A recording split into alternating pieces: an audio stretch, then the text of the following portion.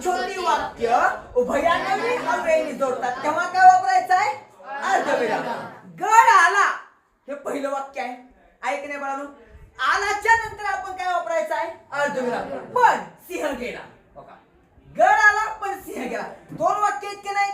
आपला नियम काय सांगतोय? दोन छोटी वाक्य उभयान्वी अव्ययी जोडतात तेव्हा त्या ठिकाणी काय वापरायचं आहे? अर्धविराम वापरायचं. काय वापरायचं? अर्धविराम. गड आला पण सिंह गेला. गड आला हे पहिलं वाक्य बाळांनो, बरोबर आहे की नाही? पहिलं वाक्य आणि सिंह गेला हे दुसरं वाक्य आहे की नाही? पण सिंह गेला. गड आला, आल्याच्या नंतर काय घेतलं आपण? अर्धविराम. पुढचं वाक्य काय? पण सिंह गेला. दोन छोटी वाक्य ज्या उभयान्वी अव्ययी जोडतात त्याला काय म्हणायचंय? अर्धविराम. कोणतं चिन्ह वापरतात त्या ठिकाणी? अर्धविराम. समजलं बाळांनो? हा नियम समजला. कधी वापरायचं समजलं? पुढचा चिन्ह बघा, स्वल्पविराम. कुठला? स्वल्पविराम. बघा, एकाच जातीचे शब्द जेव्हा लागोपाठ येतात तेव्हा त्या ठिकाणी काय वापरायचं? स्वल्पविराम. बाबा नद्यांची नावं घ्या, गंगा, जमुना, यमुना, सरस्वती, गोदावरी, काय असेल ते असेल. मुलींची नावं घ्या, काही असं मुलींची नावं घ्या. एका जातीतल्या एका वर्गावरती सगळ्या मुली आल्या.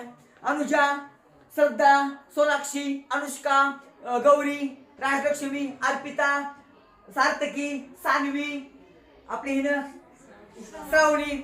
ह्या मुलींची नाव आहेत. मग या प्रत्येक मुलीची नाव पुढे काय येणार आहे? काय येणार आहे? आपला नियम काय सांगतोय? एकाच जातीचे शब्द लागोपाठ आल्यास काय वापरतात? स्वल्पविराम. आर्यन, अथर्व, रूपशंकर, शिवशंकर, रूपदेव आहे की नाही? उमर आहे, स्वामी आहे, समर्थ आहे, शिवराज आहे, साई आहे. तो कसा बघतो तू? आपला आहे कोण? रुद्र आहे. आयुष्या, कृष्ण आहे. पियुष्या. आपला हा कोण? युग्या. पुन्हा हा कोण? संख्या. कसं बघतो? माझं नाव त्याचं कार्यक्रम आहे का? हा प्रिया. हा स्वामी. ए स्वामी म्हणा तुझ्या एवढा आहे काय?